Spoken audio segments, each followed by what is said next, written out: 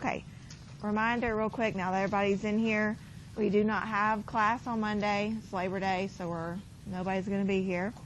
That means I won't see you guys for a week. I know you're really sad about that. But you want to be sure that you're working on something, right? Because if you go a week, I've seen it happen lots where we have a holiday and then you come in and you're just like, what? I don't remember any of this. So please work on your worksheets, your quizzes, that kind of thing, so that you're not just lost when you get back here, okay? Okay. Chapter 4 is about the structure of atoms. So we're going to look at protons, neutrons, electrons. And we're going to look at the studies, a few of the studies that were performed in order to discover electrons and protons. I don't spend a whole lot of time on this. You can read. There's lots of information if you want to know details behind the experiments. We do talk about it a little bit, but I don't get bogged down in dates and people and scientists and those kind of things, because we've just got a lot to cover that really pertains to modern day chemistry. But we are going to hit it for a few minutes, and then we will move on. We're going to use the periodic table. So today is really the first day that you're going to start to learn a lot about your periodic table. Some of you may know more than others about it, but we're going to start in with learning how to use the periodic table. So be sure that you have one with you. I sent out an email about bring a periodic table today, because in this room upstairs I have a periodic table on the wall, but in here I don't. So, okay, we're going to look at the fundamental particles, so protons, electrons, and neutrons. We're going to look at the discovery of electrons and the nucleus, and then we're going to start talking about the periodic table, so atomic number, neutrons, mass number, and we'll probably get to, we probably won't get to atomic orbitals. We might, but if we do, we won't get very far into that today. Okay, so the particles that make up atoms are electrons. Electrons have a symbol, so you can write out, I always use this symbol, E to the negative. That's just shorthand for electron. Okay, mass is in AMU, that's the units. That means atomic mass unit. Okay, we'll look at that a little bit more detail later. Okay, the mass of an electron is very small, so it's kind of negligible. We don't really use it in adding up the mass of an atom. Okay, it has a -1 charge. Okay, our protons, you see the symbol there, there's 2 that we can use, and we consider a proton to have a mass of 1. Okay, it's specifically 1.0073. Okay, it has a +1 charge. Okay, we also have neutrons. These are neutral. They have a 0 charge, but they also have a mass almost identical to the proton.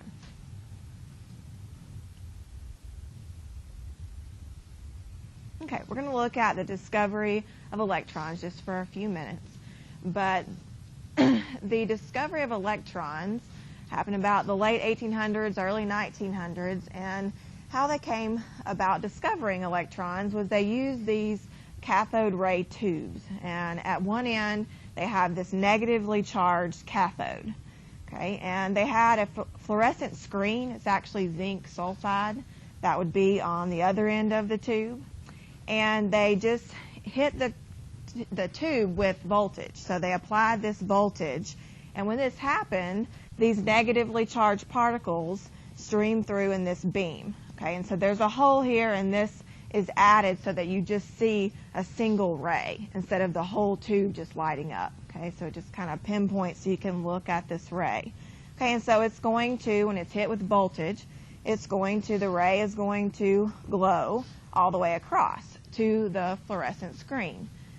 But then they applied an anode, okay, and it has a positive charge.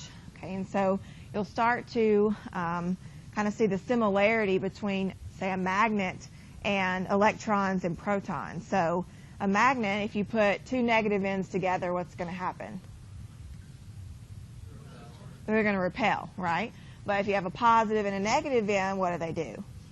Attract. So it's the same idea. So you've got this negatively charged particles that are coming through, and you put this positively charged anode, into that beam. Okay? If these rays were positively charged, then they would have repelled against this positive charge that you placed down into that beam. Okay? But they found that that wasn't the case. These negative charge wanted to flow from the cathode to the anode, and there was also like even a shadow that appeared when it did this, and so there was an attraction. There was a negative charge. Particles were attracted to the positively charged anode. Okay, and so J.J. Thomson is the known discoverer of electrons. And so he called these cathode rays, so that ray that was going across to the anode, he called these electrons. Okay, and so these rays that were emitted from the cathode to the anode must be negatively charged because they didn't repel, there was no repulsion there. It went straight from one end to the other.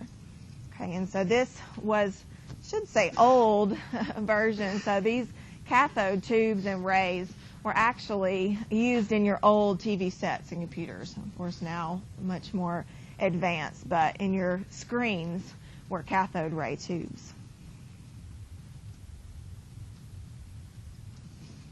Okay, somewhat the same idea with the discovery of a proton.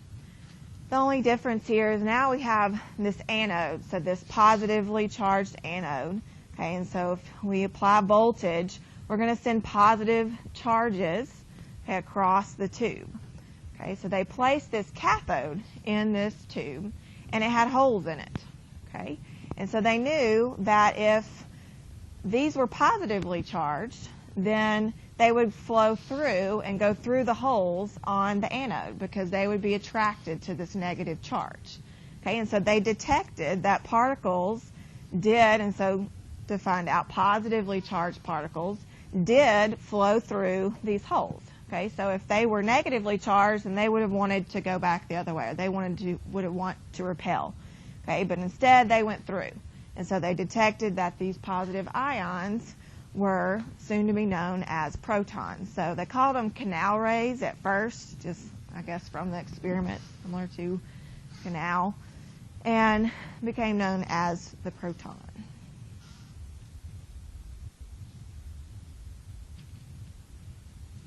Okay, Rutherford is the discoverer of the nucleus, and all of these scientists didn't do this alone. There's other people that were involved, so there's a couple more names up here.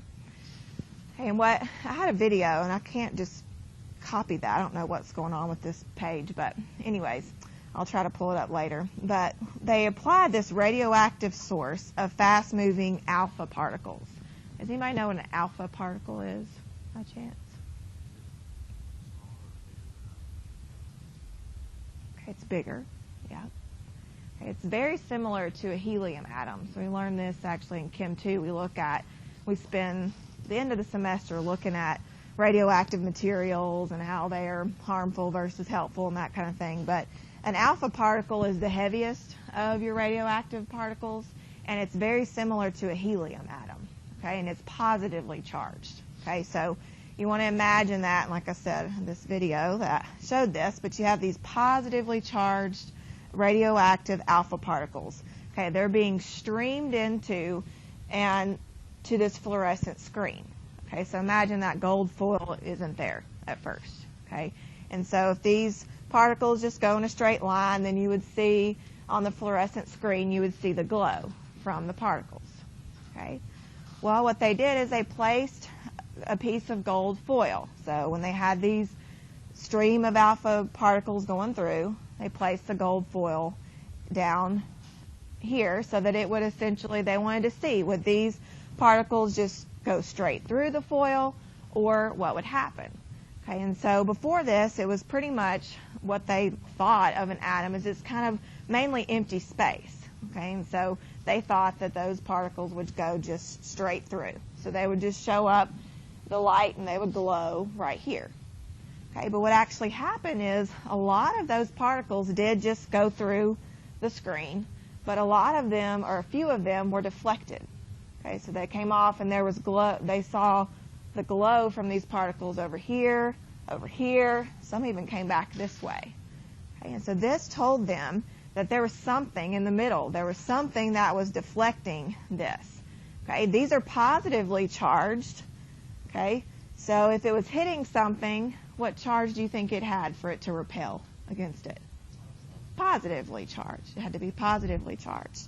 Okay, so they decoded this alpha particle scattering is what they called it, because some of those alpha particles went straight through and some were deflected. Okay, and so the explanation involved that we have a nuclear atom. So there is a nucleus in the center of an atom.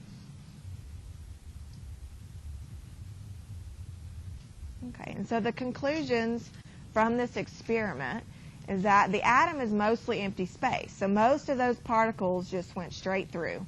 Okay, so it's empty space. They were negatively charged, so they just went right on through. Okay, but there is a very small but very dense center, okay, called the nucleus. Okay, nearly all of the mass of the atom is in the nucleus. That's why it's dense. All the mass is there. And however, the diameter of this nucleus is only 1/10,000th to 100,000th of that of the whole radius. Okay, so it's very small in respect to the whole atom. Okay.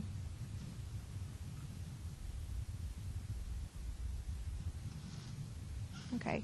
Chadwick was known for the discovery of the neutron. So it was 1932, so quite a bit later, and basically it was just a mathematical issue because they found if they could find the mass of an atom, for instance, they were finding that something was missing. Okay, so the protons didn't add up to being the mass of the atom, and they knew electrons had pretty much negligible mass, and so there had to be something else. And so basically through mathematical operations and some scattering on beryllium films, they found that there were neutrons also.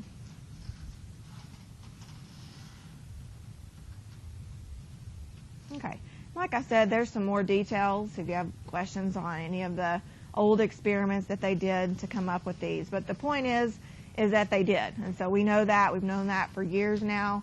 And so we've got to move on and talk more about the modern day, what we can use this information for. Okay, so here's where we're going to start looking at the periodic table. Okay, so if everybody will be sure you've got it right out beside you so that you can keep referring to it.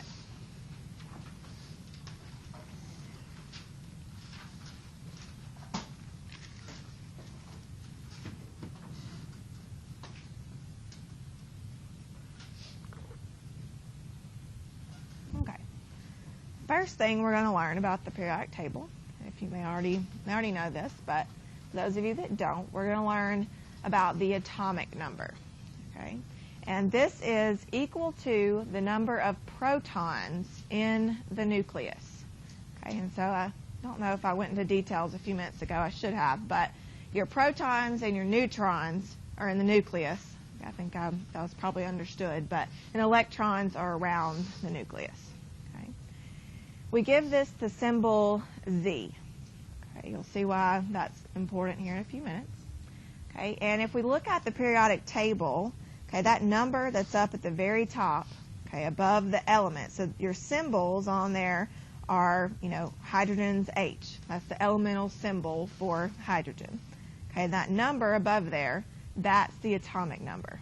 Okay, and that is equal to the number of protons in the nucleus. Okay, you want to be sure you know that. Also, I didn't put this on here, but I say this a lot, so I'll write it up here.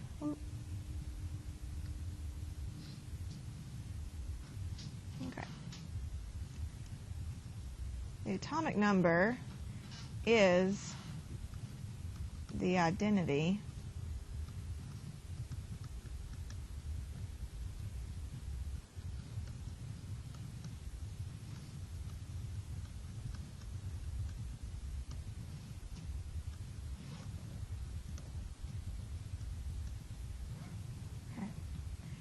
It is the identity of an element.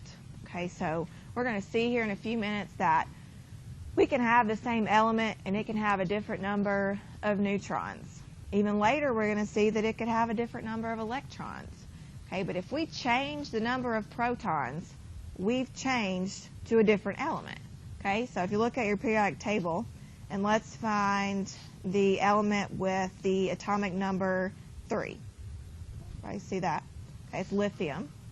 Okay, if we change the atomic number, so if we change the number of protons and we have 5, we no longer have lithium, we have now boron. Okay, so if you change the number of protons, you have changed elements. Okay.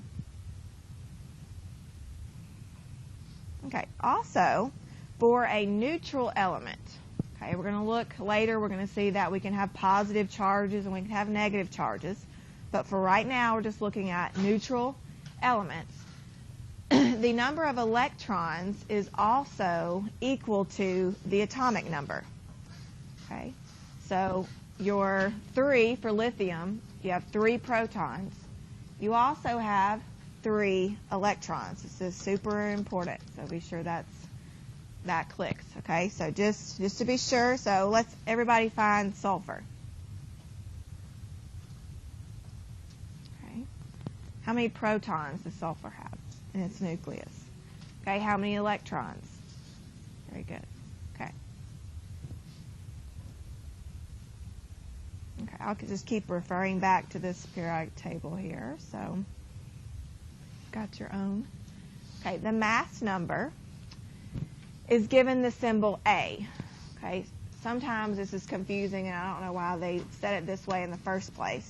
But to me, atomic number should be A, and because it starts with an A, and mass number should be something else, or M would make more sense. Okay, but it's a little confusing. So atomic number is given the symbol Z, and mass number is given the symbol A.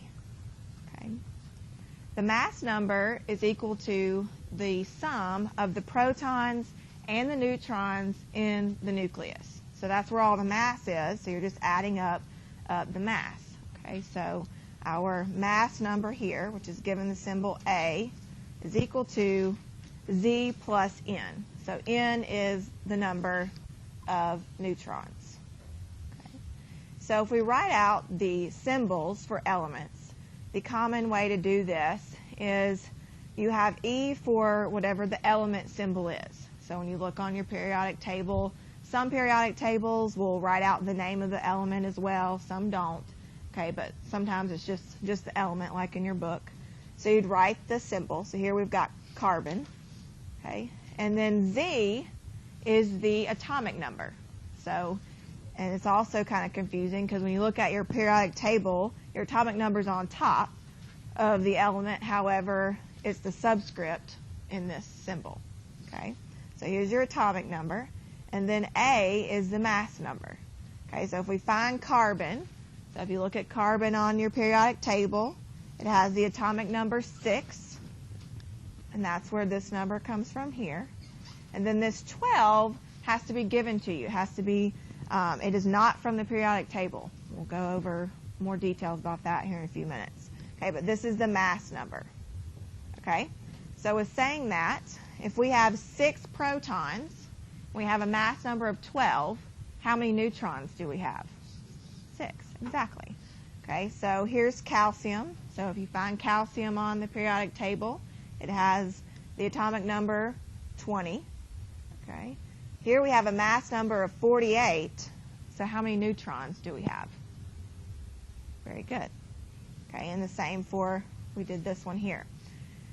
You see these shortened, and the reason for that is because it's understood that you know what the atomic number is. So you can go ahead, if you see it that way, put it in there if that helps you. Okay, but so nitrogen, all you have to do is look at your periodic table, has the atomic number of 7, and so it's understood that there is a 7 there. Okay, because that never changes. The only thing that can change is this number here. Okay, but the atomic number cannot. Okay, so that leads us to say that if we do change the mass number, we're going to be looking at isotopes. Okay, so I'm going to go through and kind of talk about what an isotope is, and then we'll actually do examples, so hopefully it will click then. Okay, isotopes are atoms of the same element. Okay, so if they're the same element, they have to have the same number of protons, right? Okay, but they have a different number of neutrons.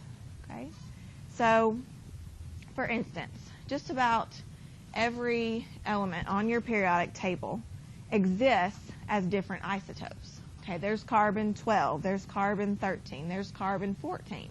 Okay, some have 2 or 3, some may have 5 or 6 different isotopes. Okay, they have a different number of neutrons.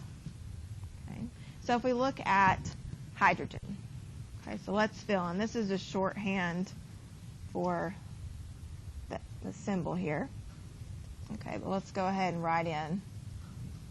So if we find hydrogen, it's the first element, so it's got 1 proton. So we're going to go ahead and place that there. Okay, it is the most common hydrogen isotope. Okay, so we have 1 proton because we have 1 is our atomic number. Okay, but we have no neutrons, right? Okay, because our mass number is 1. Okay, so we have no neutrons. Okay, deuterium, actually a very useful isotope, but not as abundant.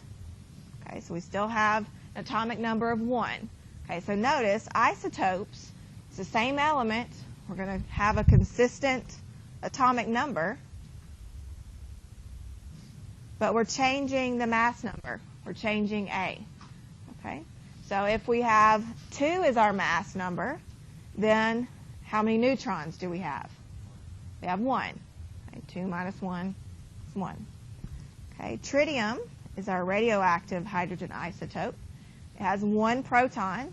Okay, see, that's consistent all the way through. You always have the same number of protons, but we have 2 neutrons. Okay, these are called isotopes of each other. Okay, so we're going to look at oxygen, just to be sure everybody understands this. So oxygen 16 is the most abundant stable oxygen isotope. Okay, so if we find oxygen on the periodic table, what's its atomic number? How many protons does it have? Okay, so we'll go ahead and put that in all the way through. Okay, so if we have 8 protons and our mass number is 16, then we have 8 neutrons. Okay, so this is the most abundant isotope of oxygen. Okay, oxygen 17, so our mass number has changed here, is the least abundant, and it would have 8 protons, and if we subtract 17 minus 8, we get 9 neutrons. Okay, we have another isotope of oxygen, oxygen 18, and it's going to have 8 protons and 10 neutrons. 18 minus 8 equals 10. Okay, how many electrons do the oxygen isotopes have? Everybody agree with 8? Exactly. Okay, your number of protons equals the number of electrons in a neutral element. So all of these still have 8 electrons. They all have 8 protons. The only difference is the number of neutrons. Okay, and that gives them a different mass number. Okay, so remember this number up top here, this is the mass number.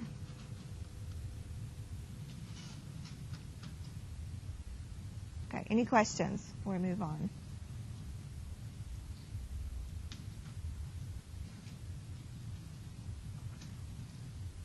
Okay. The atomic weight of an element is the weighted average of the masses of all of the isotopes. Okay? Mass number and atomic weight are commonly confused. So what I would tell you, how I remembered it when I was in your shoes, is that the mass number is a whole number. Okay, so if we go back and look here, of all of these isotopes that we were given, it was a whole number. Okay?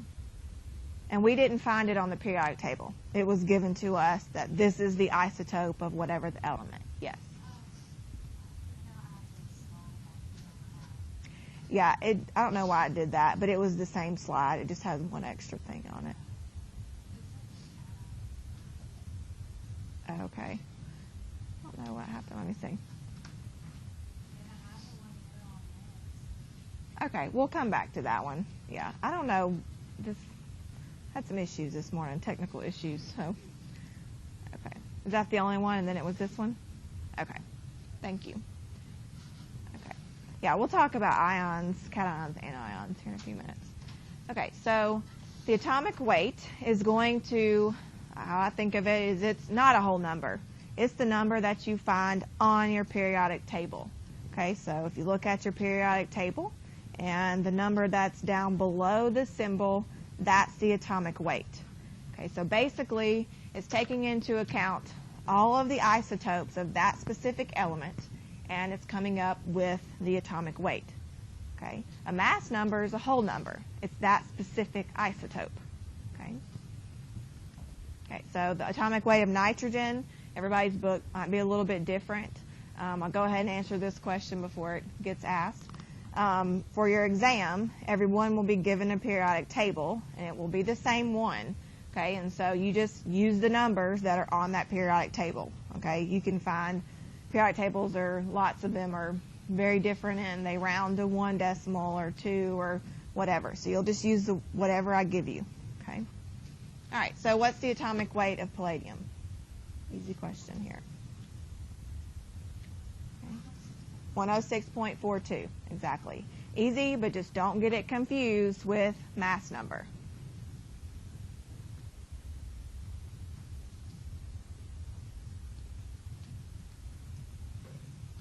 Okay, so I'm just going to show you how they come up with the atomic weights of elements. Okay, so in naturally occurring copper, so this is our example, and they've done this for all the elements on the periodic table. Okay, but we're just looking at copper. It has 2 isotopes, so it has 2 different isotopes with different numbers of neutrons. Okay, and they found that in the naturally occurring copper, 69.1% is copper 63, okay, which these are very close. They rounded 62.9 up to 63 there, okay.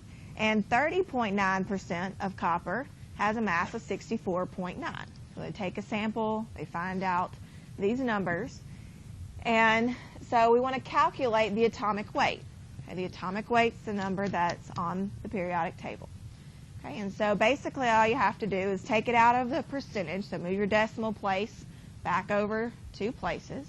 Okay, and so they multiply 0.691, so they take this percentage here, and multiply times the mass of that isotope. Okay, AMU, once again, is atomic mass unit. It's just the unit for the mass here. Okay, then they take 0.309, so we move our decimal over out of the percentage here, and multiply it times the AMU. And then you just add those together. So you take 0.691 times 62.9. You get your number there. And then you do the same here and add the 2 together. And that's where you come up with the atomic weight. Okay, and so that should be similar to what we have on the periodic table. Granted, it's not as many decimals as this periodic table shows, but.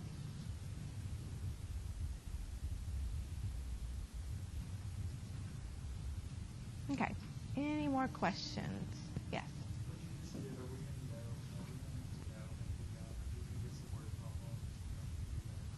Possibly. I don't know. Okay. There won't be a lot of those, if any. Okay. Yeah, it's just kind of showing you that these numbers didn't come from, thin air. They actually have to calculate them. So, okay. But this stuff definitely will be. So the periodic table. Okay, we're first just going to do very simple properties of the periodic table. Where are metals? Where are the non-metals? Characteristics type things. Okay. The periodic table originally, when they tried to come up with some kind of a format or try to organize this table, it wasn't as easy as you might think. Now we look at it and it's all nice for us, and we're going to learn all the trends and how we can use this all the time. Okay, if one thing you take from this class, I want you to be able to use a periodic table, because it's, to me, you can remember a lot. It's there for you. You can find one anywhere. So later at your job or whatever you might be doing, you can always pull up a periodic table, and it can tell you a whole lot. But they arranged it, and they tried to do a lot of different things. And they found that the best way to organize is to put it in order of atomic number. So the number of protons, to go from 1 then all the way through and kind of going across like you would read a book. Okay, and they found that this was the best way, okay, because the properties of elements were periodic functions of their atomic number. Okay, and so elements that were in the same group had similar properties, and then elements that were in the same period, so periods run this way, groups run vertical, okay, periods run horizontal, that they progressively changed. So characteristics of elements progressively changed as you moved across, and they were very similar for the same groups. Okay, so go ahead and show this real quick. So once again, this is not the greatest periodic table, but just showing you that here's a group. So this runs vertical, okay, and then periods run from left to right as you move across. Okay, so that's what I just said. Groups vertical, periods horizontal. Okay, your group 1A. So I want everybody to look at your periodic table, and we're going to talk about the difference between A and B elements. Okay, does everybody see as you move across, so you go 1A, 2A, and then when you kind of dip down there, you have 3B. Okay, does everybody see that? Yes, no, maybe so? Okay. All right, your A elements are called your representative elements. Okay, these follow trends majority of the time, and we'll spend a lot more time looking at group A elements than we do B elements. Okay. All right, so your group 1A, okay, these are your alkali metals. Okay, all of these except for hydrogen. Okay, hopefully you guys know hydrogen's a non-metal. It's not a metal, but it's kind of out of place. They don't really know where to put it. Sometimes you see it because it's the first element, you'll see it on the left side. And then sometimes you'll see it put another periodic table here. It's put on both. So they have hydrogen right here, and then they have it over here as well. Okay, so it's kind of doesn't really have a good home, but okay, it's a non-metal. Okay, so it's not an alkali metal. So your group 1A are alkali metals. So if you go down, you can see those: lithium, sodium, potassium. And your group 2A metals are alkaline earth metals. Okay, so you want to get familiar with these terms. Okay, any groups that kind of have a name, you'll want to know these and get familiar with them. Okay, so this includes beryllium, magnesium, calcium, strontium, okay, and so on. Okay, if you move on over, so like I said, we're not really concerned with the B elements. These are transition metals, is the name that we give these in the B area.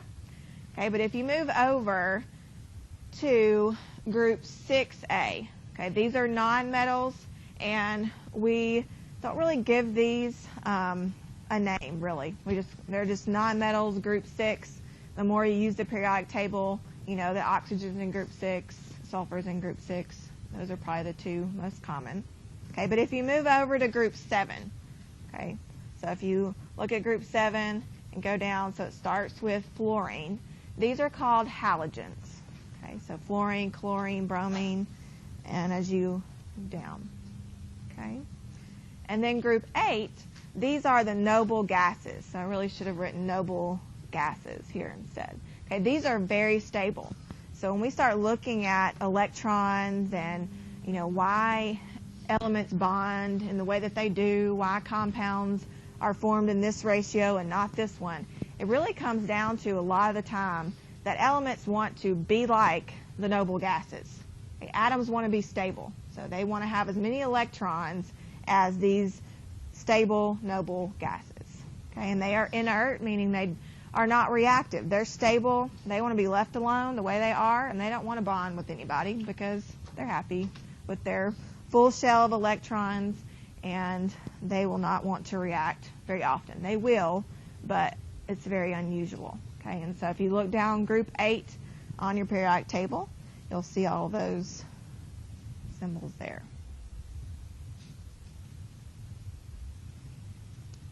Okay. On some periodic tables, it's really noticeable that there's kind of this stair step that goes across. It's going to be right here where you see this green area. Okay, sometimes you may just have a thick black line that kind of goes down the periodic table. Metals are to the left of the stair step, okay, and they account for about 80% of elements. Okay, and the best metals are on the far side, so they're farthest away from your nonmetals.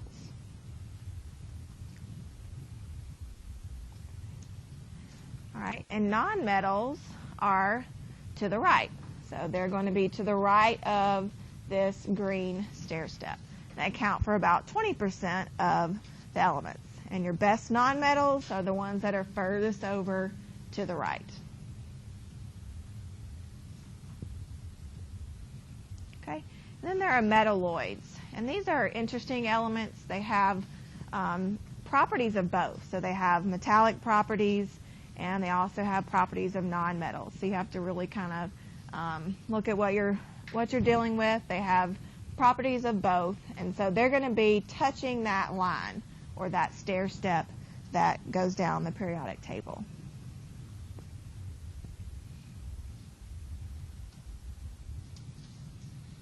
Okay. We're going to look at a lot of trends of the periodic table, but I wanted to go ahead and just show this one so that you start to see how to look at trends and how this works. But as you move from left to right across the periodic table, metallic character is decreasing, okay, which makes sense, right, because you're moving from metals to nonmetals. So the more you move over towards nonmetals, it's kind of obvious that your metallic character would decrease, okay? But one that might not be so obvious is as you move down the periodic table, metallic character increases. Okay, and so we're going to look at why this is later, but I'll go ahead and give you kind of a insight to it, is that as you move down the periodic table, you're getting a larger and larger radius. Okay, so your atom is getting larger. Okay, and so this makes those electrons, and we're going to see that are involved in bonding, and it makes those more accessible. So they're more readily to lose electrons, and that's what metals want to do. They want to lose electrons.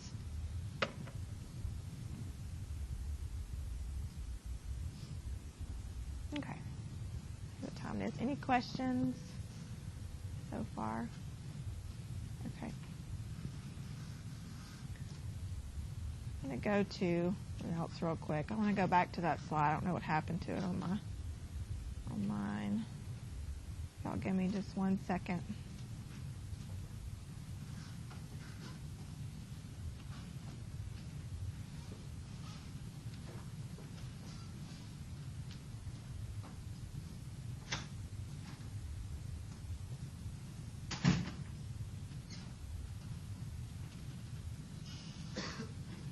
Okay, we're going to talk about, really need this slide that much, but ions. Okay, before we get any further, I want to introduce ions to you. We're going to use them a lot more later, but you guys probably already have the slide with you, but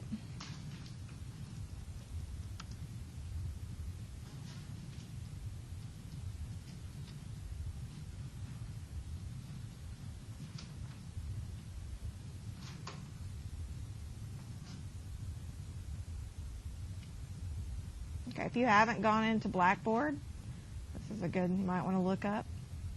Okay, so if you go into Unit 1, yours will look a little bit different. Okay, but here's your homework 1, and here's your homework 2 right here. So these are both things that you can start or have finished homework 1, hopefully.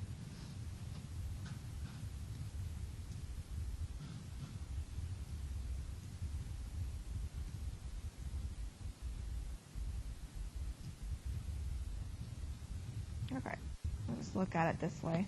Sorry about that. Okay. Earlier I said that you have the same number of protons as you do electrons for an element that is neutral. Okay.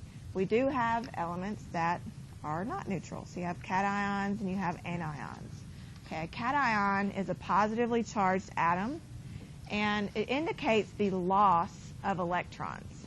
Okay, so let's think about this, try to rationalize this. So if, let's say, we've got lithium. So do I have it up here? Yeah. So lithium plus.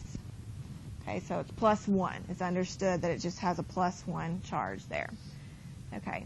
Why do you think we would have a positive charge if it lost an electron? Exactly. Electrons are negatively charged. So if it loses one, then it's going to be positively charged. Okay, and so for magnesium, they're going to see a trend of this. So magnesium has a 2+ charge. So it lost 2 electrons. Exactly. Okay. So if we look at our periodic table, so let's look at magnesium. So everybody find it. Okay, we have magnesium 24. So that's the mass number that we're given. Okay. Okay, how many protons does, I know it's up here, but does magnesium have? 12, because that's its atomic number and it can't change regardless of what else is going on. Okay. Okay, so how many neutrons do we have? So you guys just told me this, so put 12 there. Okay, we have 12 neutrons. How did you guys come up with that?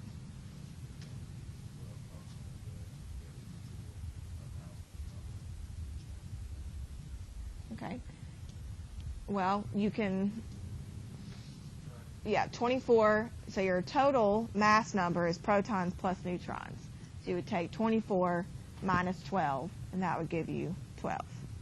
Okay? All right, so if we didn't have, so let's pretend that we don't have a 2+ charge there. We just had our neutral magnesium. Okay, so how many electrons will we have in neutral magnesium? 12. Okay, but we've lost 2 electrons when we have an ion. We have a cation, and so we have 10 electrons. Okay. Anions are negatively charged and indicates the gain of electrons. Okay, so that makes sense. So if we have fluorine, let me F-1, oxygen 2-. Okay, and you'll start seeing a trend, and we'll talk about why oxygen's 2- and not 1-. Okay, so if we look here, we've got 8 protons because earlier we already said that oxygen's atomic number is 8. Okay, we have 8 neutrons because 16 minus 8 is 8. And we have 10 electrons because we have 8 protons and the electrons in a neutral element, but we have a 2- charge. So we've gained 2 electrons. So 8 plus 2 equals 10. Another thing I want to go ahead and say, and you can write this down as well, is something you'll notice over here, the examples that I've given. Okay, these are metals. Okay, and these anions over here, these are nonmetals.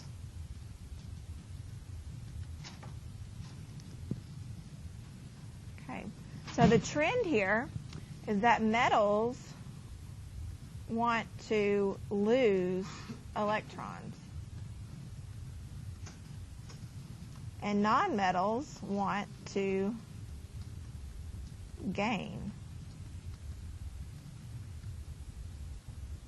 electrons.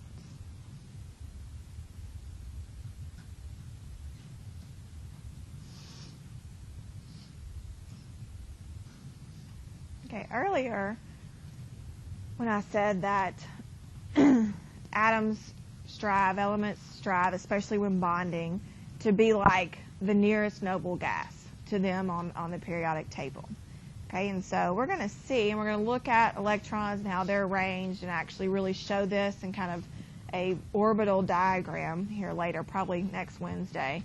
But metals want to lose electrons to be like the nearest noble gas. Okay, so everybody look at lithium again. Okay, Neutral lithium has 3 protons, 3 electrons. Okay. If it loses an electron, so if it loses, it has 2 electrons, right? Okay. And so it has a +1 charge. Okay. So what is it going to look like? What is it nearest to as a noble gas?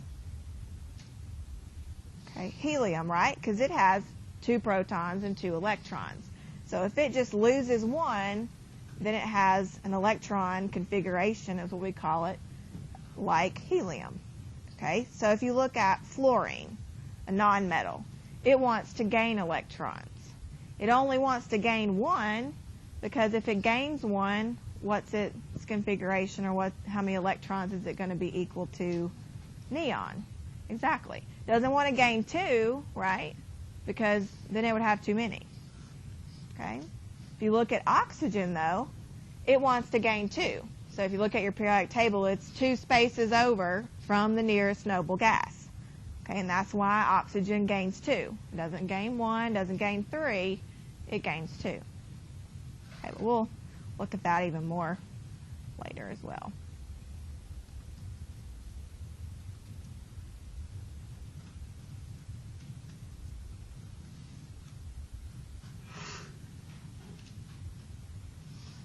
Okay. So we know that our protons, neutrons are in the nucleus. Not really much else to look at as far as their location. They're in a very small, dense region of the atom.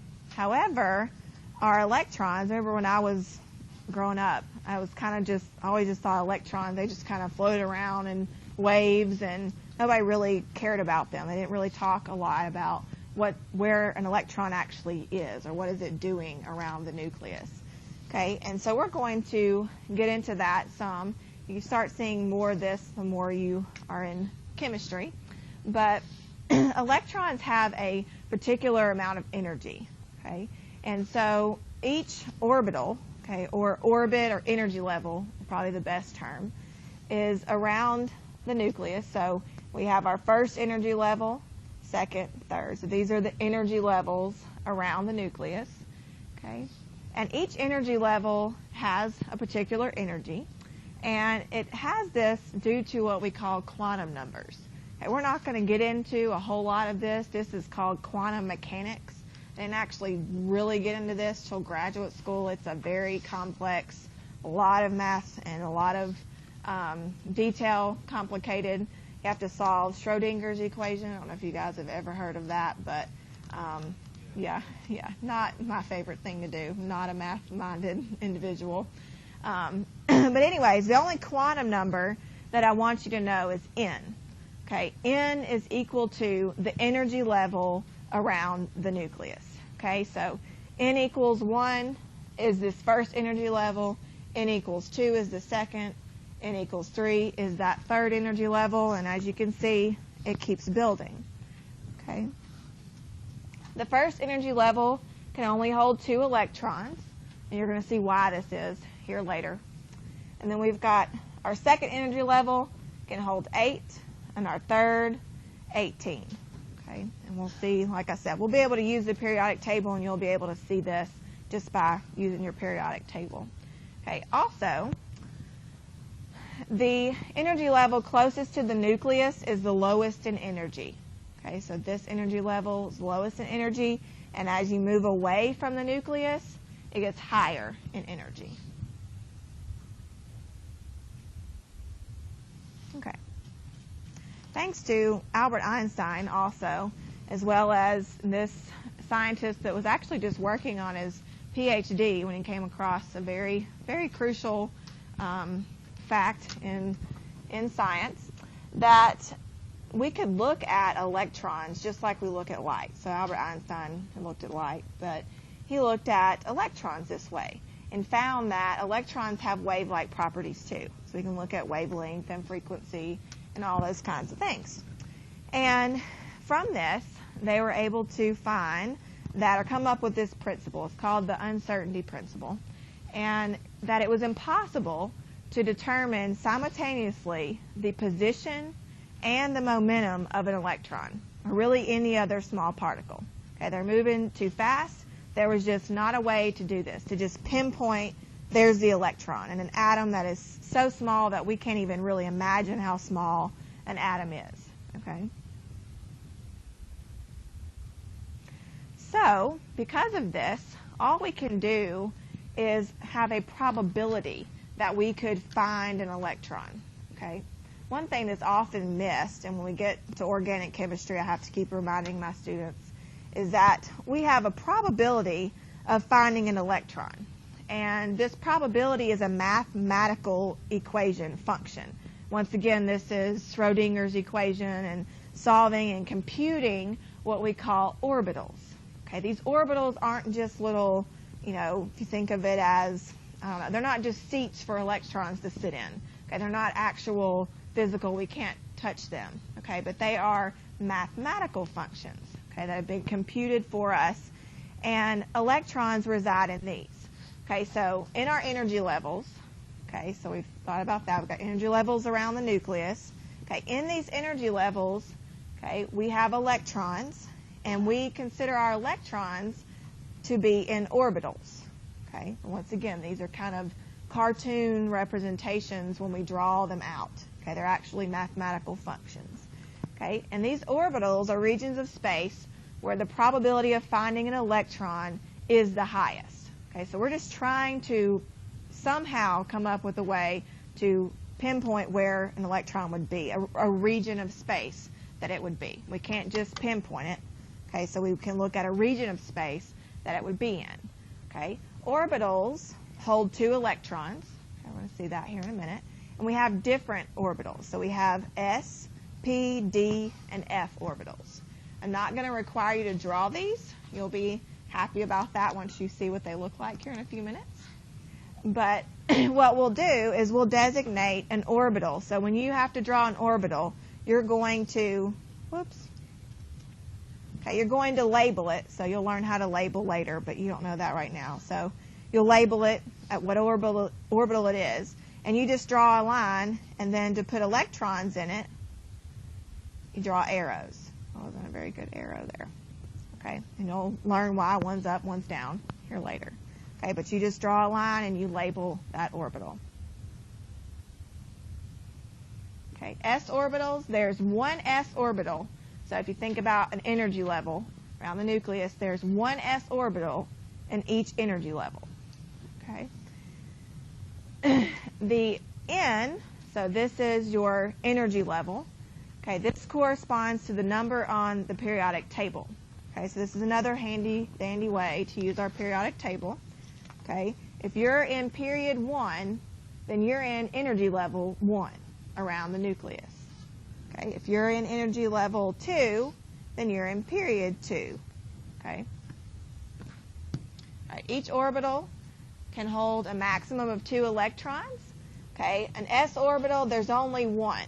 Okay, and it's this sphere. Okay, it's the easiest one to draw. You guys are thinking that's easy to draw, but here in a few minutes, some are not so easy.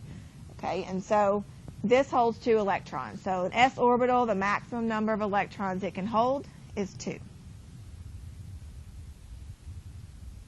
Okay, p orbitals appear in n equals 2. So what's n? What quantum number? What does that stand for? Couldn't really hear anybody. The energy level. Okay, so p orbitals, they're not in the first energy level. They're in the second energy level. Okay, and they have kind of a dumbbell shape. Okay, and there are 3 p orbitals. There's a px, a py, and a pz. Okay, each orbital holds 2 electrons. So how many total can our p orbitals hold?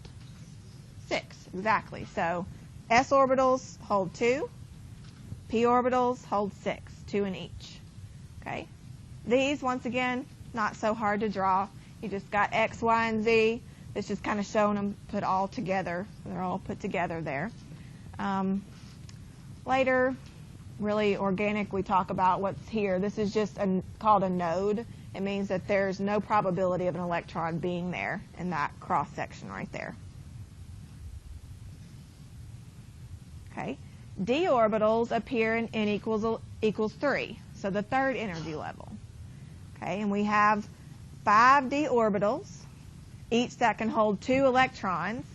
So d orbitals can hold 10. They look like this. Okay. So a little bit not too awful to draw, but can be hard trying to draw 3 dimensions. Okay. And once again, you're not going to have to draw them. Okay. And f orbitals, we don't really get to these a lot. When you get to the lanthanide, actinide elements, these come into play. So it starts at n equals 4. Okay. And we have 7 f orbitals. So we would have 14 electrons that could be held in the f orbitals. And they look like this. So you guys may be good artists. I'm not. So that would be pretty hard for me to draw. Okay. What time are we at here? All right. Okay. When you guys come back on Wednesday, hang on just a second. Okay. What we just covered is going to be very important for this next concept. If you forget what an s orbital is and a p orbital and a d orbital and how many they hold, you're going to be lost. Because what we're going to do is we're going to use our periodic table and place electrons into the orbitals that we just talked about. Okay, and so you're going to learn an easy way. It's but it takes a little while to get. So please come prepared. Otherwise, you guys have a great weekend and Labor Day, and I'll see some of you at 1 o'clock.